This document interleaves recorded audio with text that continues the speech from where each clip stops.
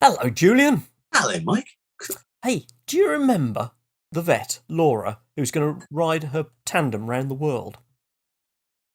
Oh, the world record attempt. Yeah, Yeah, well, whatever happened to her?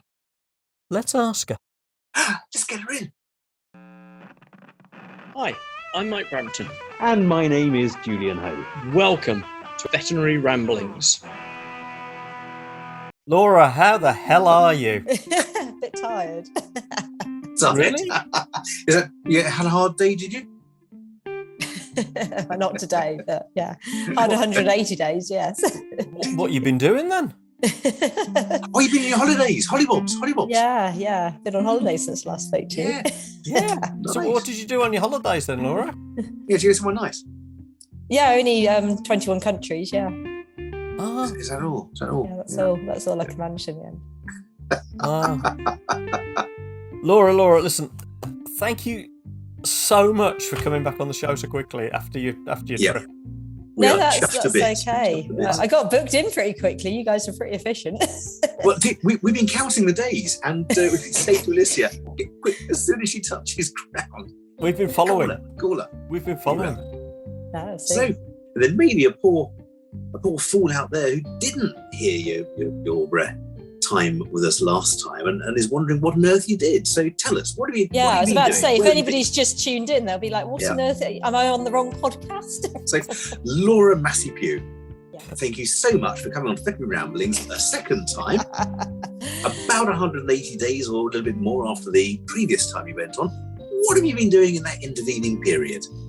Yeah, so I was a small animal veterinary surgeon, and for some reason I packed it all in to go and cycle around the world on a tandem bicycle in 180 days with my husband to break the make a new mixed Guinness World Record. So we set off from the Brandenburg Gate in Berlin on the 5th of June, and we got back in on the 1st of December.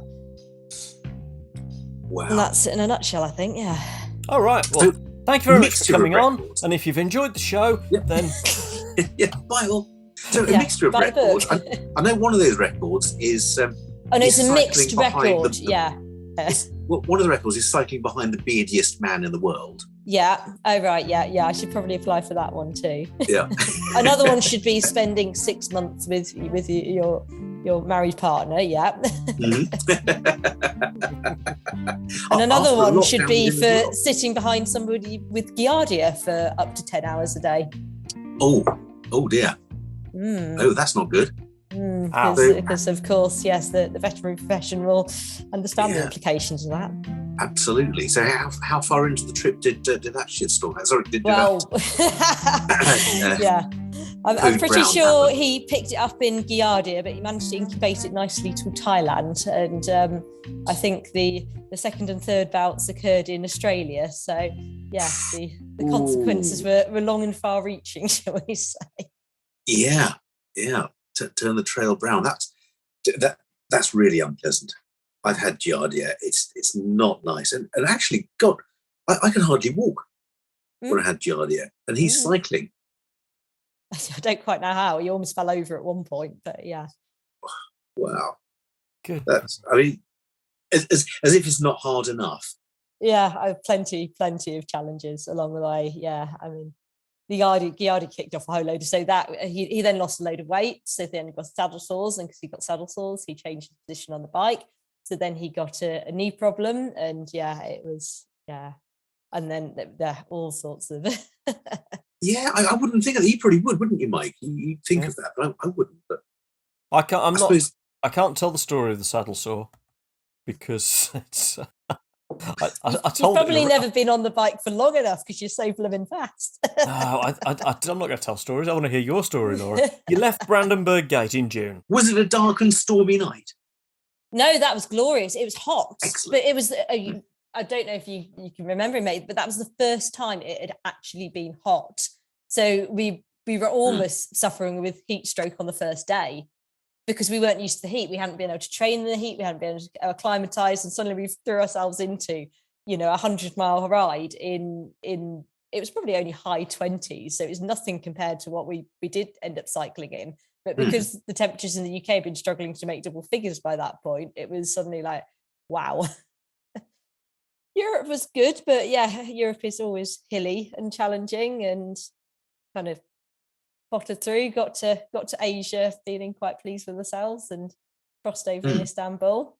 Right. Turkey was fairly straightforward, apart from we had a puncture gate there, as we call it, where we I think it was 7 punctures in 24 hours. Ooh. Due to Wow. a tiny little bit of metal that we eventually had to kind of dig out of the tire after a lot of detective work. So yeah, that was and then in Turkey as well, we found out that the Azerbaijani land border was closed. And the plan was to go from Georgia to Azerbaijan and cross the Caspian Sea into the stands. So that was the first major reroute. Right. That's a huge reroute. My geography is actually pretty bad, but as luck would have it, I did Wordle today, and was looking at that area on Wordle, which is a daily puzzle about geography, and so I know a little bit more today than I would otherwise have known. That's a long way, isn't it? Yeah. So we it was either wait a very long time for a flight to Kazakhstan at that point, or what we did was extended the loop in India. So we spent more time in India than we intended to, which yes, as I mentioned, had a range of knock-on effects, because India, I would say, was our most challenging country by far. So we spent a month in India in the end, which was epic. Yeah. Why was that particularly your strongest challenge? What is it about India, cycling in India? It's just so different. The culture is just so different, and there's they have little stalls that sell like crisps and things like that, but there's no shops as such. It's either like a packet of crisps or a full-on restaurant. And then culturally, it's just lots of little things that I think if you're there on holiday, or if you're touring and going slower, you'd probably take it all in your stride a bit more. When you were racing like we were, it was a big challenge. And one of the biggest things is their selfie culture is just completely inexplicable. They are absolutely obsessed with selfies, to the point where they put themselves in harm's way to get a selfie with you, and they won't want to know anything about you. They want to know where you're from or what you're doing. They weren't, they didn't take any details. They just had to have this photo. We saw 2 mopeds crash in front of us because the bloke was trying to take a selfie, and he just plowed into the other one, and they just got off and dusted themselves off, and that was completely normal. Nobody batted an eyelid. Nobody, no. Wow. Well, so you had 2 mopeds crash in front of you. Yeah, luckily they're pretty slow there, because we had another motorcycle disaster, which was not so good. But yeah, it was very low speed. Nobody was seriously hurt, but it was literally because somebody is trying to drive a moped and they're swinging their camera around trying to get that. And apparently it's a very cultural thing, because it's such a visual society. It's almost, it's a status symbol there, and that's just something that I just could not get my head around. It's just so different, from anything we do on the roads. Yeah. I think that's right, isn't it? They used to devote one rule of the house to photos, to selfies. And as a sort of trophy war. Yeah, right, I say that usually. The 2 or 3 people I've spoken to about this. It wouldn't surprise me. Yeah, it was absolutely obsessional. The selfies, and incredible. Wow. And so, did you have 4 square curries a day? Probably, yeah. We probably did at some point. Yeah, it was very much curry for, and there's different variations to the South Indian food as well. But yeah, we rejoiced every time we came across a Domino's pizza and things like that, which seems very sad. But after you've eaten curry straight, you just want something you can eat easily. Yeah. Yeah. Where's your next with the questions? Well, I want to hear about the motorcycle. Oh yes, bad crash on the motorbike. What was that? Yeah, so after India we went through Thailand, which was Stevie's first bout of Giardia, so that kind of put a bit of a dampener on that, and we just got over all that. We're just finding our feet again, and we're like, right, here we go, settling in, and we went into Malaysia, heading, I think we're 4 days out from Singapore. And in Malaysia they had kind of bigger bikes and they went a lot faster, and it didn't feel as, India kind of potted along, Thailand was kind of in the middle, and Malaysia, they just seemed to be pushing the limits a lot more. And we were cycling along, and two kids on motorcycles essentially racing. One of them pulled around a car, didn't see us, and ploughed straight into the back of us. And it ripped the panniers, the bike bags, off one side of the bike. Oh my We God. were very lucky to have a soft landing in a grassy verge, but I had a huge chunk out my elbow and some bruised ribs, but it could have been a heck of a lot worse. So that was Oh God, good. very Good. scary. Yeah. So we had to put the flights back to get to Singapore and all sorts. So, So what happened? I mean, the motorcycle hit you. You ended up in the ditch. Yeah, they kept on going with one of our bags still attached to them. They finished up about 50 meters up the road. Came off as well. One of the kids had got a huge chunk out of his leg too. He'd not come off very well either. And Oh gosh. yeah, it was.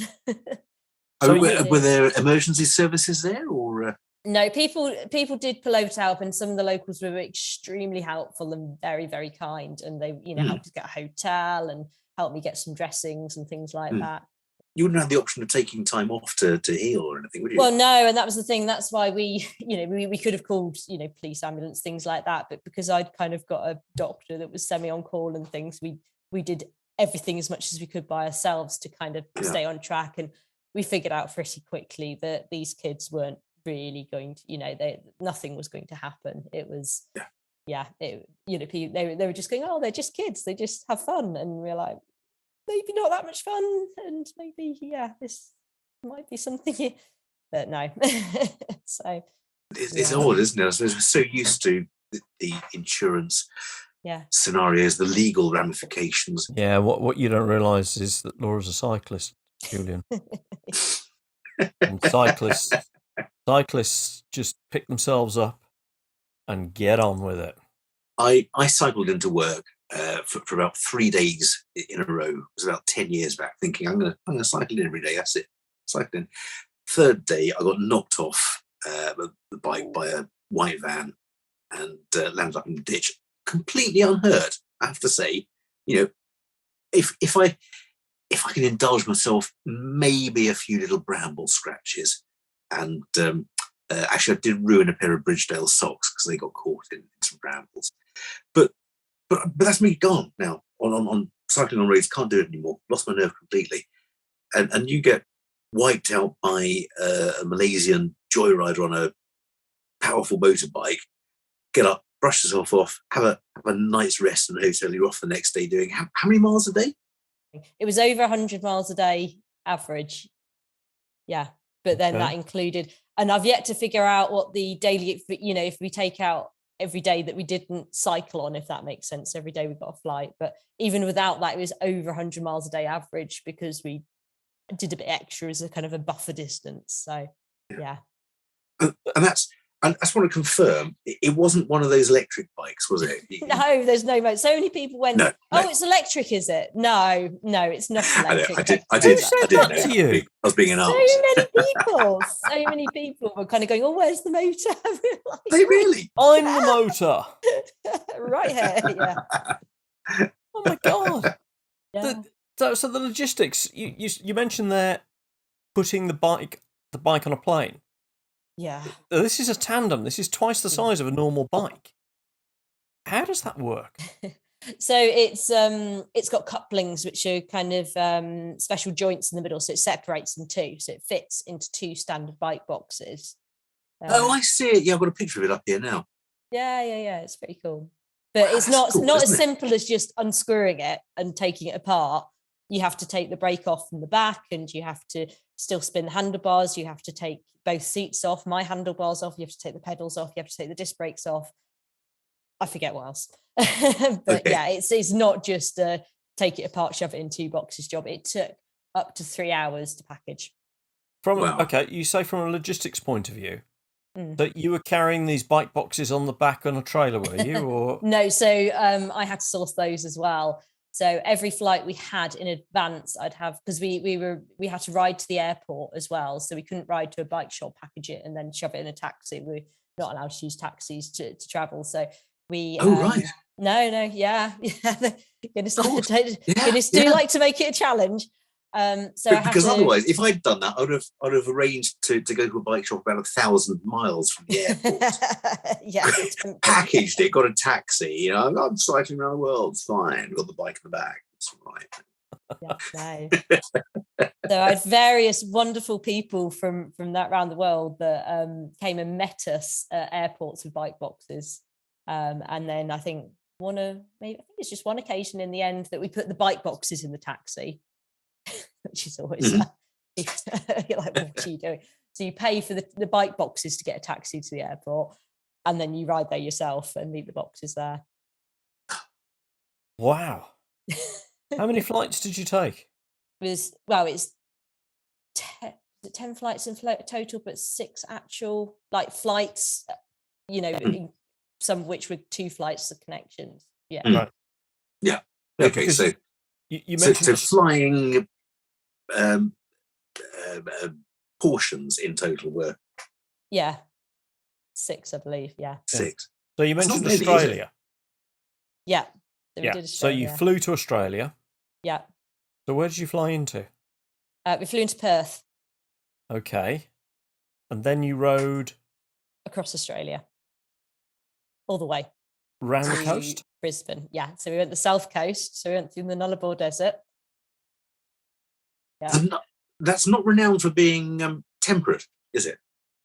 No, it was and Australia had a really late spring as well. So we got there and it's absolutely, because we've been in Asia for, about a month and a half by that point.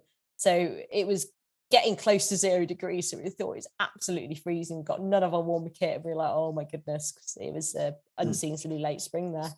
The Nullarbor wasn't too bad, but it got very cold at night.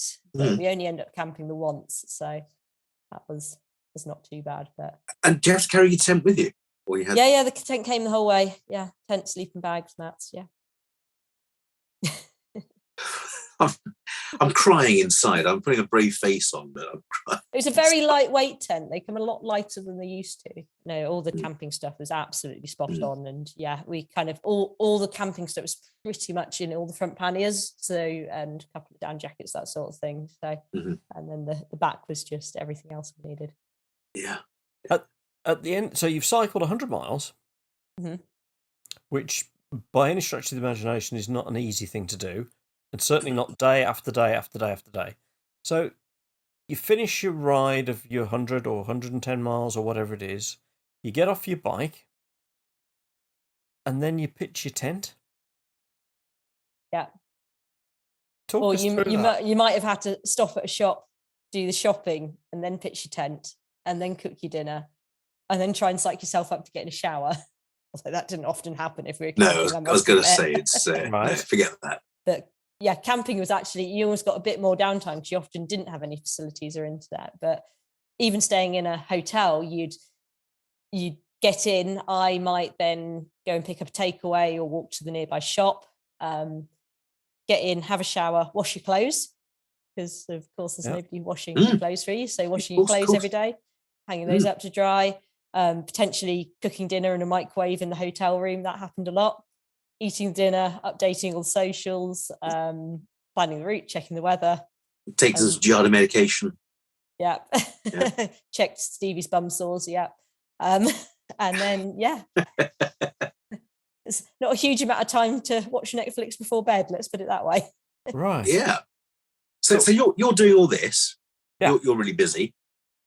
And Monsieur Labarbe?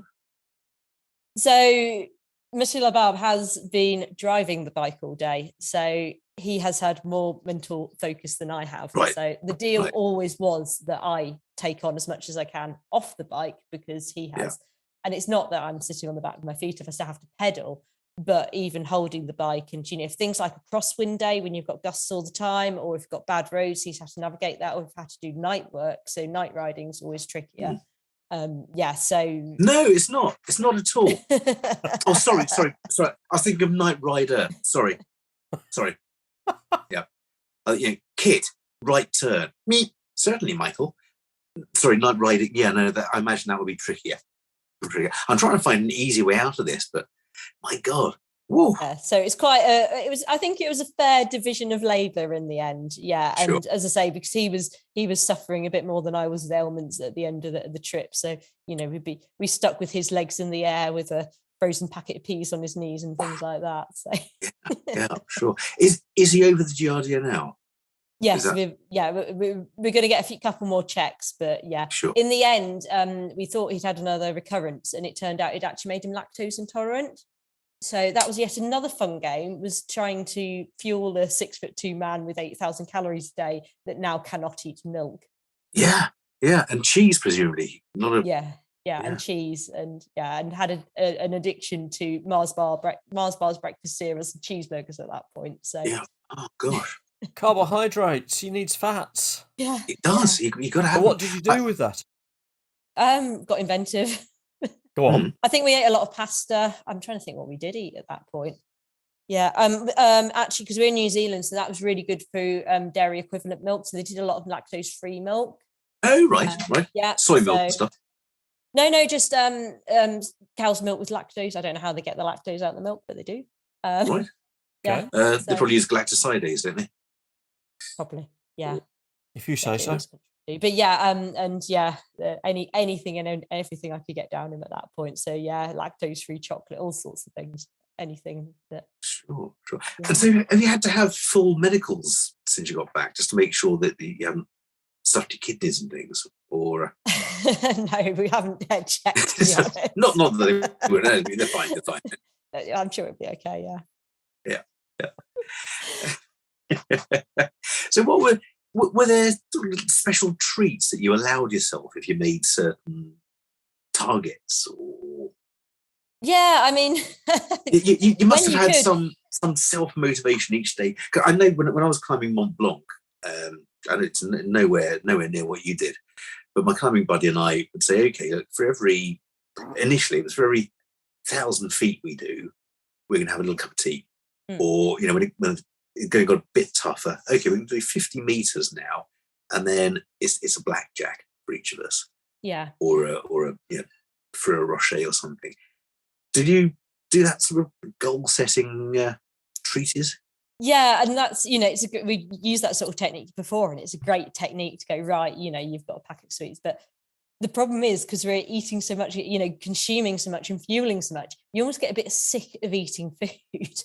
Yeah. So it's the novelty of being able to eat as many Mars bars as you want, which wasn't exactly true to me, was more true for Stevie, wears off, because it's like, oh, okay, but what else can I? So I think and breaking the distance down every day was key to keeping our sanity. You couldn't start each day worrying about doing 100 miles. You usually worry about where breakfast was going to be, which we aimed for about 30 miles down the road. So yeah, I think the breaking it down was a bigger thing. My big treat would be listening to usually podcasts, sometimes your podcast, which I wouldn't allow myself to do until 50 miles in. And that was my kind of rule to myself was, I do, as attritional as it was, I didn't want to kind of miss everything completely zoned out, just listening to Veterinary Ramblings on repeat. So I can't believe you just said that, Laura. I cannot believe if I don't make 50 miles by lunchtime, I'm going to force myself to listen to an hour of Veterinary Ramblings. That was it. I cannot believe you just said that. Yeah. But Stevie doesn't listen to podcasts or anything like that, so it's not his kind of, and he has to be a bit more focused on the road. So we've only got earbuds. We haven't got bone conductor headphones where you can kind of hear. So unless it's very, very quiet, he couldn't do any of that. So I'd be kind of trying to sneak my earbud in, and he'd be trying to talk to me, and I'd be pretending I was fully aware and listening. Yes. Not fully engrossed in whichever podcast I was on. So yeah. So how did Stevie stay focused? I don't know. Just sheer determination. No, I think it's very hard. And we'd both have times, and particularly places like the Nullarbor and the prairies. Oh my God, the prairies just go on and on and on.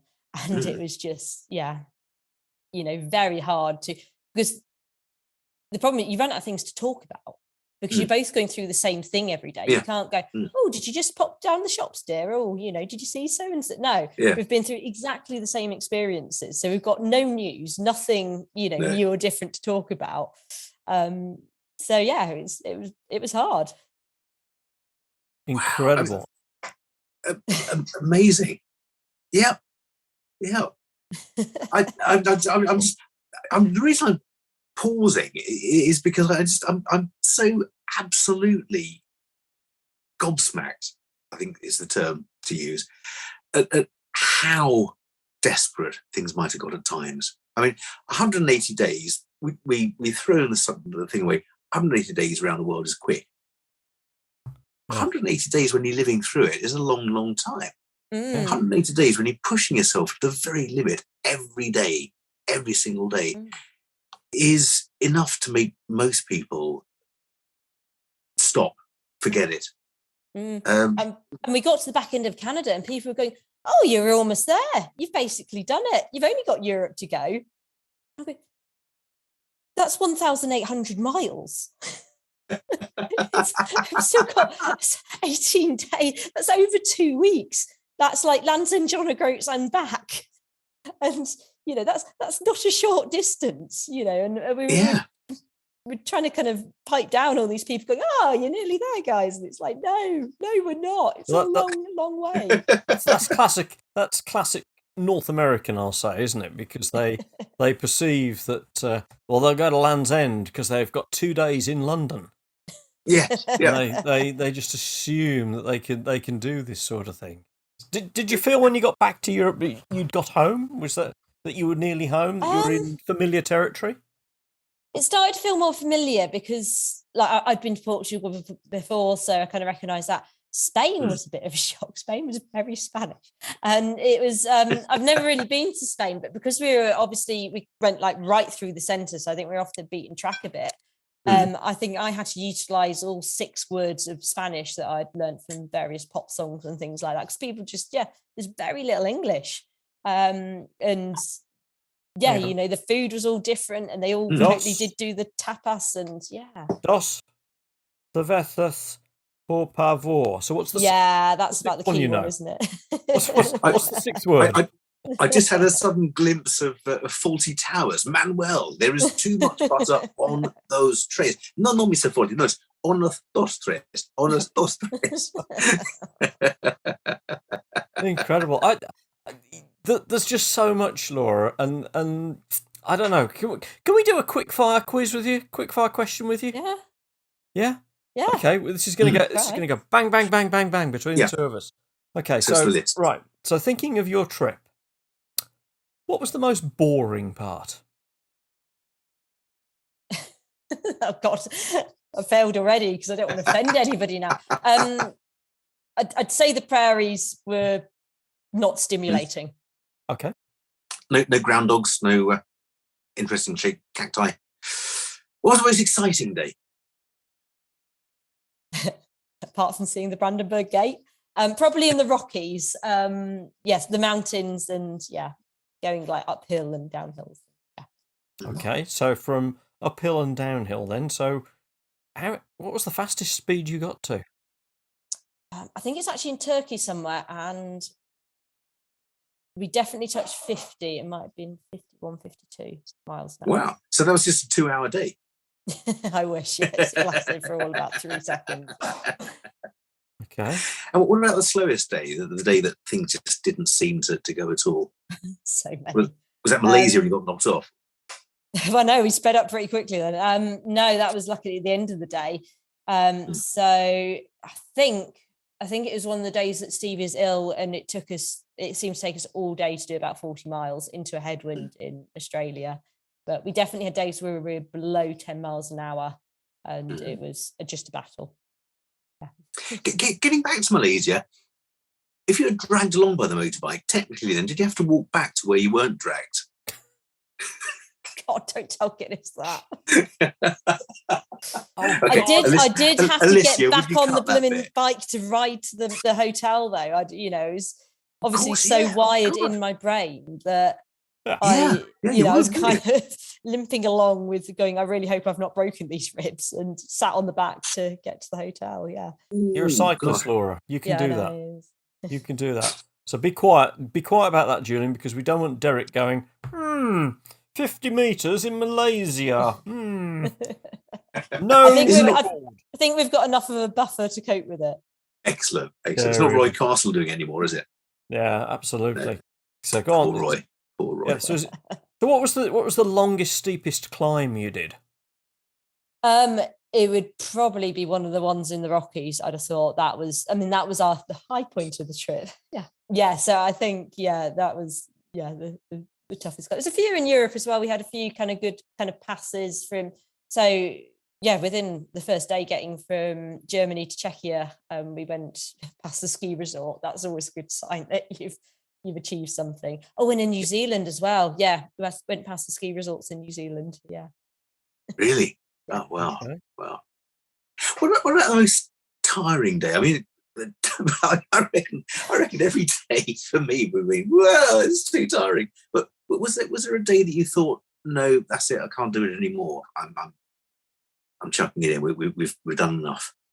I think a lot of days finished like that, and then somehow we managed to drag ourselves out of bed in the morning again. And I think, the tiring day, when it would, for whatever reason, something would have happened, and if we're getting in 8, 9, 10 o'clock at night to somewhere, that was, And the penultimate day we got in, I should probably tell the whole story of the kind of last few days of our trip, which kind of put a bit of a spanner in the works. So we had, I think 3 days before we finished, we had some horrible icy rain.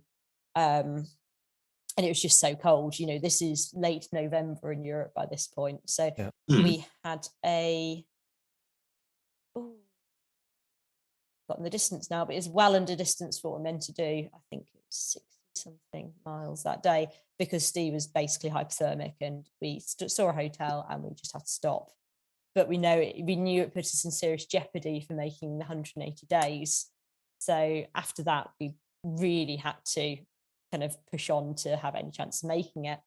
In the meantime, our rear wheel bearing gave way and started making a horrible noise. And we tried to push it on, and Steve got them all out, and he was up till 2 a.m. one night, kind of getting grease into what he could and trying to kind of limp them through. And we thought we were going to do it. And then I think not the day after that day, but the day after that, we kind of had to kind of stop. And it was like, we can't go anywhere until we've got this fixed. And by luck has it, we stopped at 5 in the evening. Yeah. So we stopped at 5 in the evening, and I figured out which bike shop had the part already. I'd been doing that kind of on the road. Every time we stopped, I'd been checking in. The manufacturers of the wheel bearings are Hoad, and they'd already helped us out in Canada with the new part, but they'd located some about 50 kilometers from us. But it would be a massive diversion for us to ride there. So we stopped at 5 p.m. with a wheel that wouldn't work anymore. We got it taxied to the bike shop, because they were open till 7, because Germany opening hours are such that they had evening opening. Right. They fixed it all. They got the wheel back to us by 8:30 at night. We got back on the bike and rode to midnight to our pre-booked hotel, which had a key code so we could get in. Got in, had some food, went to sleep. We got up at 4 o'clock the next morning and rode straight to the Brandenburg Gate the same day. But if we hadn't made any of those connections, we wouldn't have made the whole 180. It would have been a day late. Oh. I got stressed enough watching Michael Palin's Round the World in 80 Days, and he had a film crew with him, didn't he? he kind of felt that despite the fact that he was doing a good, oh gosh, I don't think I'm going to make it, he was probably okay. But there was just the two of you, and friends you have, I'm sure, very good friends around the world that were able to give you some small amount of assistance. But it's all down to you in the end. And the level of commitment is still staggering. We would have still got the record if we'd been a day or two late. We could have been lots of days late. But because we'd set our heart on this 118, because that's what we said we were going to do, we were both of us, it wasn't just me. We were both of us determined we were going to do our utmost to get there. I get the impression, though, that if you'd thought, well, we said 180 days, but if we rest for a couple of days here, we'll still be record breakers. I get the impression if you'd done that, then you would have just quit. I think it would have slipped and it would have slipped and it would have slipped. Yeah. And it would have, been put, but, and the problem was every time we'd overcome something to stay on that 180, particularly after the moped incident in Malaysia and after Steve getting sick in Australia and various other things along the way, every time we overcame it made it harder to quit on that, because it's like, well, why do we do all that if we're just going to give up now? So by the time we got to day 179, it was like, wow, sod it, we might as well, all chips in kind of thing. Yeah. So do you have a sort of a thing, say it, write it, do it? It's because that's, you sort of set out the definitive blueprint for goal achievement. Yeah. You haven't thought about it, have you? No. No, and I think I kind of knew. I kind of knew once we kind of said it and things like that. But particularly in Malaysia, and I think the first time, so because we did what's known as negative split. So at a point in Australia, we were 6 days behind that target. So from the accident in Malaysia, we're 2 days late for our flights. So we had to put the flight back 2 days. And because of the changes to the route, we made other changes in India due to the monsoon and being sick. So we were at the equivalent of 4 days down of distance that we needed to make up as well. Right. So we were 6 days down from that target at just around the halfway mark. So we then had to do 6 days faster in the second half than we had in the first half. So, but at that point, we stopped talking about the 180 for a bit. Right. Because I don't think we dared. I don't think either of us, I think we both knew, each of us had never kind of given up on it. But, at that point, with me with kind of bruised ribs and Steve with Giardia and 6 days, it just sounded ridiculous to go that we're still pushing for this. But we made a bit of time, we picked up the pace a bit in Australia, and, once we got through that and we got a bit of extra distance in New Zealand, and then it was really in Canada, and we had some flying days in the prairies, for example, as much as it's still very, very tough in other places, that we were like, right, I think we're going to do this. Wow. And we carried on from there. Yeah. So how many times did you argue? 180. Just once a day. Fantastic. Yeah. So many questions, but most of Mike's actually are sensible questions that revolve around cycling. Most of my questions, when I go on holiday, and let's face it, I had a lovely holiday. When I go on holiday, I think, what about the geography of the area? Have I seen anything I really like? What about the food? Are there any restaurants that stand out? And I'm going to attack those in turn. So Malaysia, I went to Malaysia for my honeymoon. We didn't cycle. No, we did. We hired bikes for a day, and I crashed over the handlebars. I said to my wife, I said, do be careful. Don't go onto the sand because you'll... I went onto the sand. Front wheel caught, over the handlebars I went. So yeah, we did do that. So cycling for me in Malaysia, not good. But the thing that struck me in Malaysia were the palm oil plantations, palm tree. Yeah. Did you see those? Yeah, there was loads of those. And that was... So, of course, we missed pretty much anything touristy, holiday, things like that. People would message us and go, oh, yeah, there's this monument up there, or there's a great winery for lunch down there, and that's lovely, thanks. We'll just ride on past it, shall we? But one thing we did see, particularly I saw from my back seat, would be the geography, or the agriculture, the farming as well was very interesting. But palm oil plantations in Malaysia were massive, and yeah, getting into Australia and particularly New Zealand and seeing a very familiar landscape, like the sheep farms in New Zealand and being able to identify cattle breeds and things like that. I found that really interesting. And but then to see the scale of, the arable in Australia and Canada was absolutely immense. And there's all sorts of little things like that you did kind of piece together this kind of tapestry of the world by seeing it that way. And the wow moments. I'm putting you on the spot. There must have been so many each day that kept you going, because without those, I'm guessing you wouldn't really have any positive feedback on it. It's a drudge. And you would get, and right, we rode through the sunset far too many times, but like the sunsets in Australia were glorious. And say we did camp for one night in the Nullarbor Desert. That was quite exceptional. And whenever you got to a coastline or a mountaintop and things like that, you did get a treat. But there were some days as well where literally there would be nothing. It would just rain all day, and it would. We had some horrible weather in Europe, and it was just heads down. Oh, and we didn't see Holland. Yeah, we didn't see Holland. We rode through Holland in the dark. I've done that. That'd be very upsetting for some of my Dutch friends, I'm sure. But I'm sure it's lovely. The path seemed very flat and smooth, but I can't say much for the views. Yeah, fair enough. Fair enough. How much weight did you lose? I'm not sure I did. Really? So there's Mars bars did the trick, didn't they?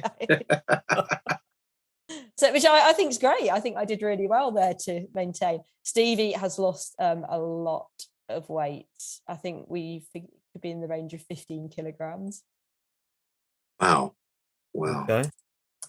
So that's okay. I'm going to ask you this question because from the cycling perspective, I've done a number of long rides, and I've done nothing anywhere in comparison to yourself. And I've done a number of multi-day stage races and things like that. What did you dream about? What, like not at night, but like No, at night. At night. Oh goodness. I think it was a lot related to what was going on at the time. You'd be thinking about finding hotels or, where you're going to stay, or having to cycle somewhere to get somewhere. And I think it was all, I think we were very much in the moment a lot for that whole time period, because you kind of didn't want to burst that bubble. Well, you're in your own little cocoon, aren't you? Moving across the countryside. And you're totally focused on achieving your goal and making the next 100 miles, or making the next 10 miles, I'm sure, at times. But interesting. I only asked the question, Julian, because in the middle of a multi-stage bicycle race, you almost forget that you're sleeping. You don't realise that you're sleeping, because you're dreaming about the race, or you're dreaming about what happened, or you're dreaming about what you're hoping to achieve the next day, all related to the race. So it becomes a continuum. It's difficult then to break. 24 hours a day. And it's still a relief to wake up in the morning and not to go straight into the same routine. I kind of wake up and, I'm always like, right, kettle on. Oh no, hang on. I don't need to go straight into get back on the bike as soon as possible. Well, you've had a rigid routine for 180 days. And that's it. There's been no weekends. There's no weekends. There's no holiday in that. That's right. It has been, and there's been the occasional flight, but apart from that, that was quite trying in itself. Is to do something consistently for that amount of time was something I'm keen never to do again. Was there anything that you really, really missed? Oh God, loads of things. Oh God. Go on, pick two. Sleeping in the same bed for 2 nights in a row. No, that's too easy. That's too easy. I'm thinking of something like, I really miss a fine rump steak at Giorgio's. He could do a good one. Something out of the ordinary. Some treat, some specific homespun thing. I say I would say Yeah. pizza, but then I got quite a lot of good pizza in France.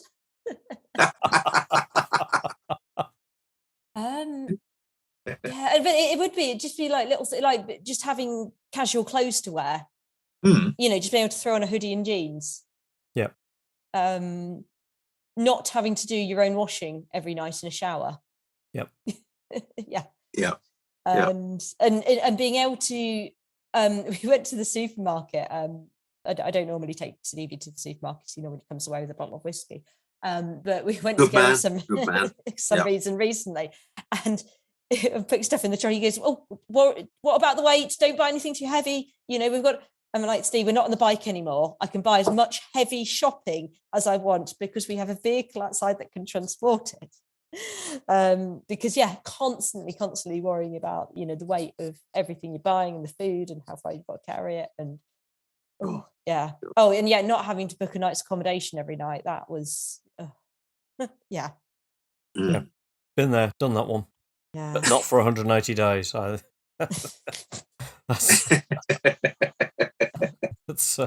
That's definitely not. Okay, so you very quietly said, keen to never do it again.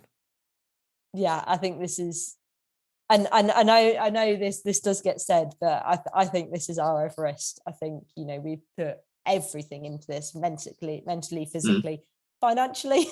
You know, it's been extremely expensive, and I certainly will do other challenges. There's certainly other things that I want to do, but I don't think I'd want to do anything similar to this again. I think it's completely a one-off. Yeah. So what next?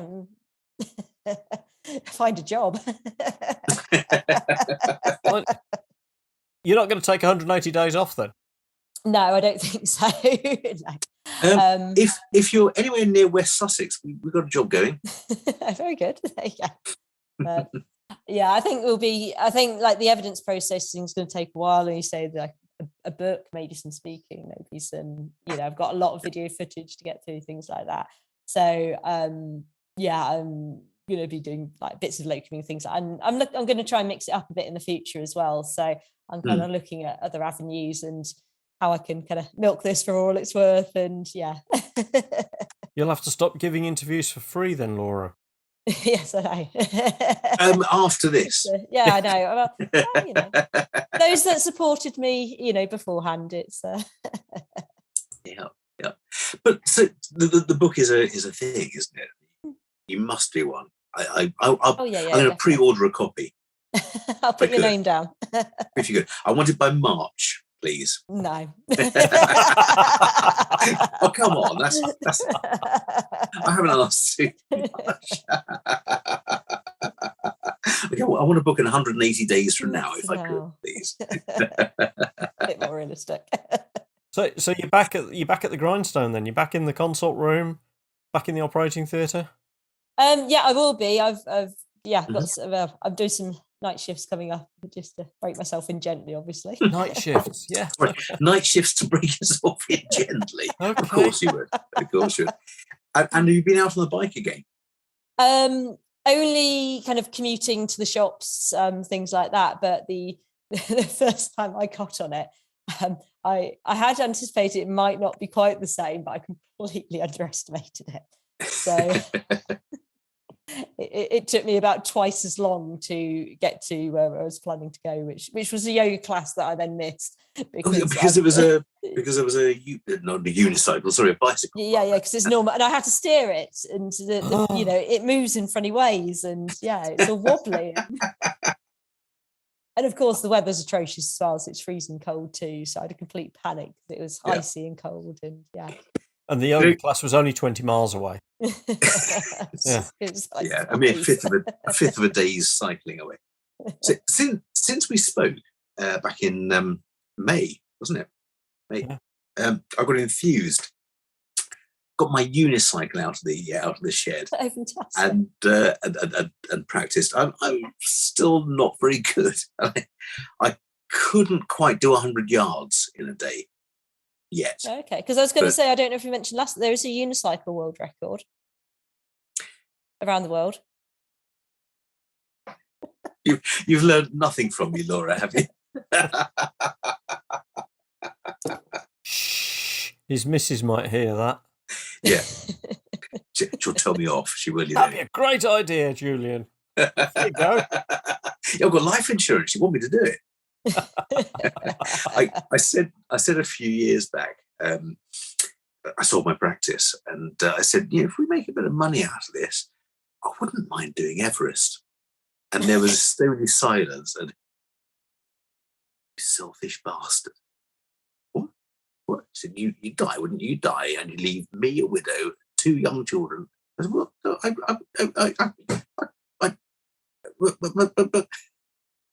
I think if I told her I was going to unicycle around the world, she might say yes, actually, now, because it's a few years on. Yeah. But yeah, she probably would, actually. Yeah. No, forget that. Forget what I said. Yeah, okay.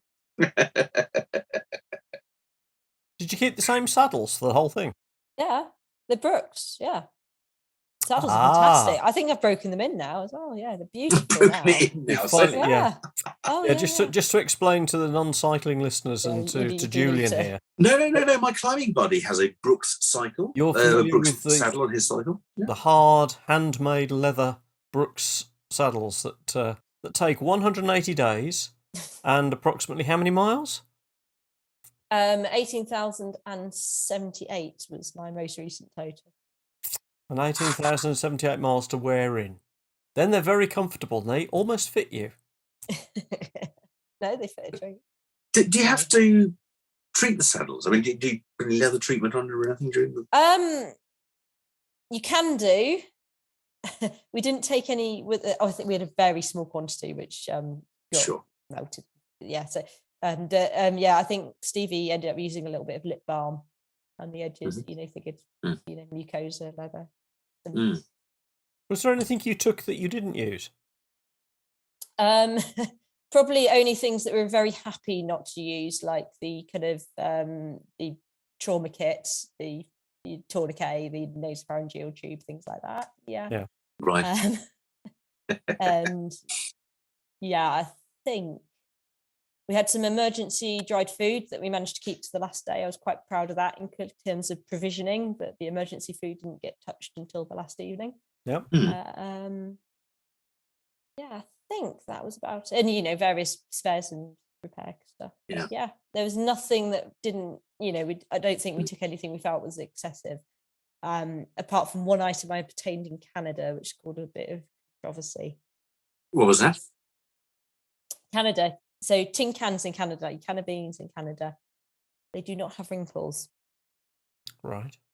So we had a rather lightweight, flimsy multi-tool, which did have a can opener on it, but we risked severe laceration every time we used it. So and I forget every time. So I'd come back with like 4 cans because all motels in Canada apparently have microwaves. So you can do quite a nice can microwave dinner. And I forget every time. So I come back with a load of cans and we then spend the next half hour trying to hack into these things.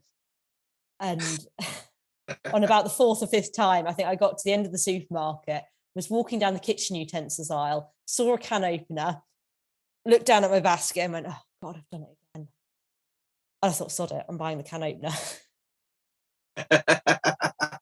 And for considering that Stevie weighed every single item of his tooling before we left, and he cut the handles off tools, he trimmed down tools, everything was weighed in and out of our kit.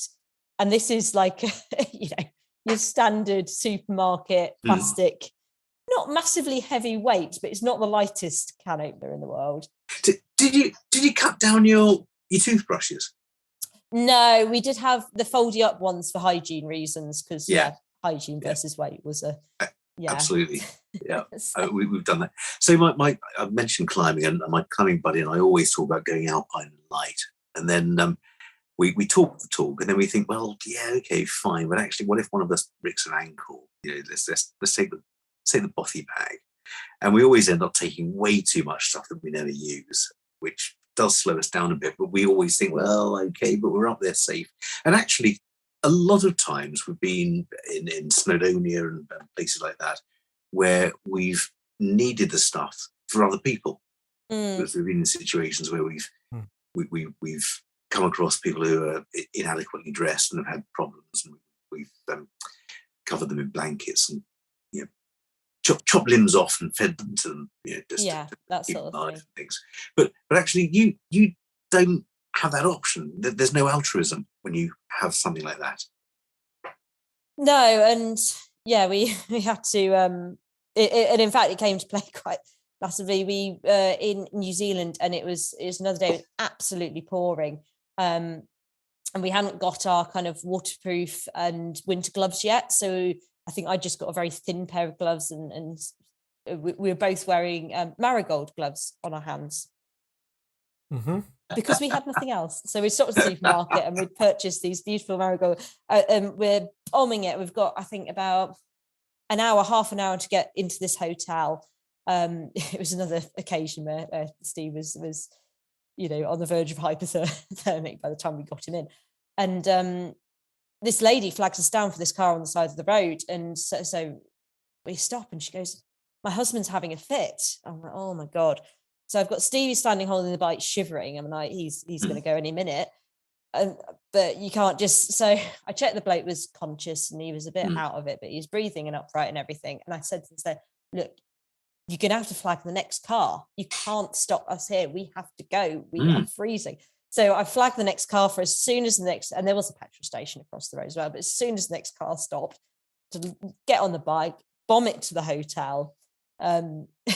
I threw Steve in the hotel room and I ran to the shops to get the food and and I got back and he's stark naked, shivering and laughing. I'm like, oh my God, get in the shower. And it was all fine, but it was just, it was one of those ones. Sure. If we stopped and waited, it would have just been... There has to be a certain selfishness. I mean that in the best possible terms. Well, it's self-preservation. You can't... If you create two casualties, it's completely pointless. So. Selfishness was the wrong term. I know what you mean. You've got to think about helping yourself before you can help somebody else. Yeah. You could have given him a marigold and said, "Put that over his head, it'll be fine." You've had 180 days, Laura. You've been on Veterinary Ramblings before.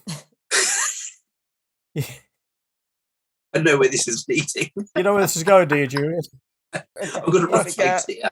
So have you prepared a 60-second CPD for us and our listeners? I've tried. It might not be entirely relevant to the veterinary profession because guess what? I've not done. It was a bit of a stretch last time. What? Oh. What? Well, I don't know if it'll count or I don't know. You might need to. Anything goes nowadays. You fancy it, do you? You fancy I can give it a go. You're a trooper, girl. You are a real trooper. I better keep this up, though. What are you going to do? We were joking about it. I was joking about it. No, Alicia told me to do it. So I spent a week doing this. Okay, so what are you going to do it on? 60 seconds on 180 days around the world. Okay, all right, here we go then. So, great. Laura Massey-Pugh, round the world record cyclist, tandemist, 60-second CPD on 180 days around the world, starting now. So there are big hills between Germany and Czechia. The Danube is blooming massive in Austria. You can't get a hotel for love nor money in Slovakia. Hungary is very hospitable and cultural. Romania is rural and friendly. Bulgaria is beautiful and rustic. Getting a beer in Turkey is really tricky. Eggy boats in Georgia might be the best food known to mankind. India is incredibly indescribable and obsessed with selfie. Thailand is full of smiles and 7-Elevens. Malaysia is fraught with motorcycle danger and fried chicken. Singapore is like nowhere else. Australia is massive and has more dead kangaroos than live ones and lots of pies. New Zealand is amazing, but has angry drivers. Canada is even bigger than Australia and everything is extreme. Mountains, lakes, weather, French, and they've got dogs behind invisible fences. Portugal was really pleased to see us. Spain is so Spanish that you need to know Spanish. France is the land of pizza vending machines and small coffees. Belgium has angry policemen and even more cobbles than you'd expect. Not sure about Holland, it was dark, and we were very happy to have a German sausage and even happier to see the Brandenburg Gate. That's brilliant. I've got a bit of a cold, so I think I was allowed a breath there. I think that was the best 60-second CPD we have ever had. Because you had some really good ones in between. We have. I don't Oh, say that lightly. people really upped their game, and I was fantastic. like, oh no, Really, really good. no. Make that into a poem, and that is on the frontispiece of your book. That is superb. We've talked to you for nearly an hour and a half now, and we could have just done it all in a minute. Exactly. We could have done. I thought I didn't want to break that to you at the end, but yeah, there you go. Oh, I'm so sorry, Laura. We've put you through all of this. Now, we almost didn't ask you. We're both thinking, is it fair to ask about 60 seconds? For heaven's sake, she cycled 18,000 miles. She would have done 60-second CPD. I had 180 days to think about it. She's going to say, so glad we asked you. CPD. There's no way I'm going to. Well, doubly, trebly, quadruply in all. Really? It's just as well. It's just as well I did a certificate, just in case. Oh goodness, So, imagine if you hadn't. That'd have been embarrassing. That would have been awkward. I would have had to find the previous one, wouldn't I? But here we go. Certificate of circumperambulation. And it says, I want to ride my bicycle. I want to ride my bike. Fantastic. Which you must have had on your mind all the time, mustn't you? Yeah, every definitely. single moment, every single day. I want to ride my bicycle. Probably not, Julian. Yeah. No, we came in singing "We Are the Champions." So. Oh, brilliant.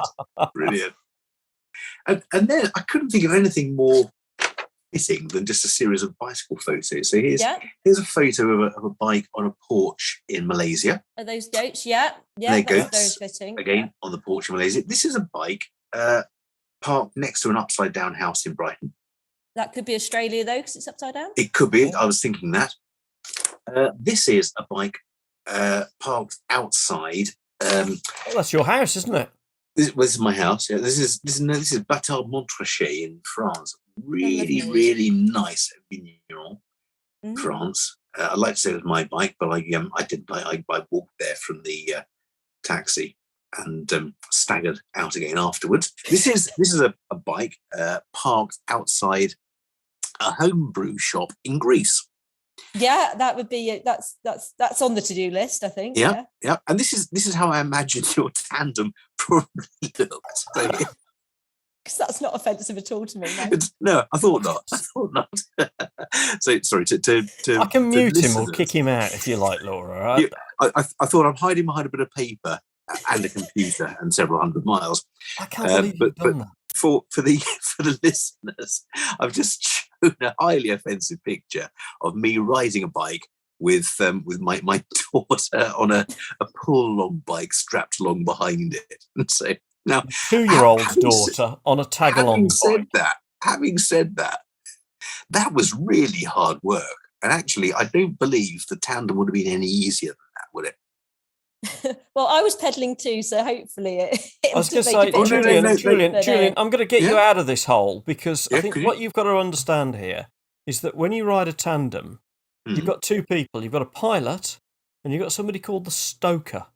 Or rear admiral. I've got a joke about that. Sorry, carry on. And the power and the drive comes from the person on the back seat. Oh yeah, and it didn't hear. I think listening to the story, the bearded one was on the front doing the steery bit, and Laura was the stoker. I will admit that my 2-year-old on the back did have her hands on the brake all the time. Probably because she was scared of the speed you were going. But Laura doesn't have brakes. She has to rely on her partner to control the speed. I'm very wrong there, haven't I? Right, show us the last picture. The last picture is, well, there are only 2 of you on the bike, weren't there? But here's a picture of a Greek family on a moped. Oh, our record was 5 on a bike, by the way, in India. Was it? On a moped, not a push bike. Well, the picture I couldn't find was I've been searching hours for it today. The best picture I could come up with, because whenever we're in Greece, we take pictures of people on mopeds because they're usually lots of them. My favourite picture is a Greek priest with a young child on his knee holding a full-sized inflatable crocodile, a young woman behind him and a fairly elderly woman behind her holding 2 really full bags of shopping. Wow. I mean, that was great. Our most popular tweet was we spotted somebody literally carrying the kitchen sink on their bike. Really? Oh, Really? Yeah, classic. Yeah. Amazing. Excellent stuff. Amazing. That was very insulting, Laura, and I had no intention of making it It's fine, insulting. I've heard it all before. He had no idea. That's the sad thing, isn't it? I go back to my first statement, which is I am absolutely in awe of you, of Stevie, of the project you did and achieved, and I'm going to leave it to Mike to sum it up because he has the words and I've just lost them. I think you've just done it beautifully there. I think I'm so glad you come back, Laura, to see us and to share this amazing Thank journey. you. And I have Veterinary Ramblings have been cheering me on along the way, so I have appreciated that. I have. We have indeed, and We're number one fans. I'm stunned that you actually bothered listening to us. Ran out of downloads. No, I think it's. Don't ruin it. Don't ruin it. Oh, and I still had some CPD hours to get into. So. Well, there we go. Okay, we'll send you a whole load of CPD's download certificates, and you send them off to the RCVS. I'm sure they'll say it's fine. They will. They will. I'm waiting for somebody to actually do that and get the tick in the box. Congratulations. Well, in that case, I mean, from the CPD, I'm not going to wrap it at this point in time because to do proper CPD, we need a reflection question. Yeah. So. Do you have a reflection question? I didn't quite get round to that bit. Can I suggest one? If you say it enough and you write it down and you fix your goals, then you can achieve them. And I think you are the embodiment of actually doing that. 180 days all the way around the world on a tandem, self-supported, new Guinness World Record. Fingers crossed they ratify that. But that started with a dream and a goal, and you've seen it through. Yeah. Just reflect on that thing that you'd quite like to achieve, whatever it is. Write it down, share it with your friends, and then work on a plan to go and achieve it. Yeah, I think that's excellent, isn't it? Oh. Thank you very much. Laura, Guinness World Records are one thing, but you've not only just clawed this Guinness World Record, you've also been raising money for charity, haven't you? Yeah, we've done pretty well with that, I think. Excellent. So how do people tap into the charity? Is it just via stellatandem.com? So the website's probably the easiest way, and then it's split between you can divide your donation up to three charities, which are Vet Life, Mind and Sustrans. So if you go on our website, there's a big thing saying click here to donate to our charities. They'll take you straight to the giving page. Fantastic. Well, what we need to do then is on veterinaryramblings.com and on our stuff, we'll put a link across to stellatandem.com so that people can get in onto the Just Giving. And if you feel inspired by what you've heard tonight, and I defy you not to be inspired by what you've heard on this episode, then please just log in onto stellatandem.com, follow the link, and put a donation, put some cash in a tin. And let's raise some money for some well-deserving charities there that Laura supported. And it's very easy to do. Very easy. I'm doing it now. Brilliant. Thank you, Julian. Brilliant. So there we go. So stellatandem.com. And with that, with that, Laura. Some people did call us Stella. That was a bit unnerving. Stella, fueled by Stella. Yeah, it's a Belgian alcohol, I think, isn't it? Something like that. Possibly. The Belgian beer. Other beers are available. Other beers are available. Just probably, yeah. On that note, Laura, can I thank you so much for coming in tonight? On that bombshell. It's been an absolute pleasure seeing you again. And if you feel inspired, don't forget to click like, share, tell your friends about this, and do subscribe because it really does help. On behalf of Veterinary Ramblings, raise a glass to you there. Chapeau, and may your dog go with you, Laura. May your dog go with you. Cheers. Thank you so much for joining us. Thank you. Okay, thank you.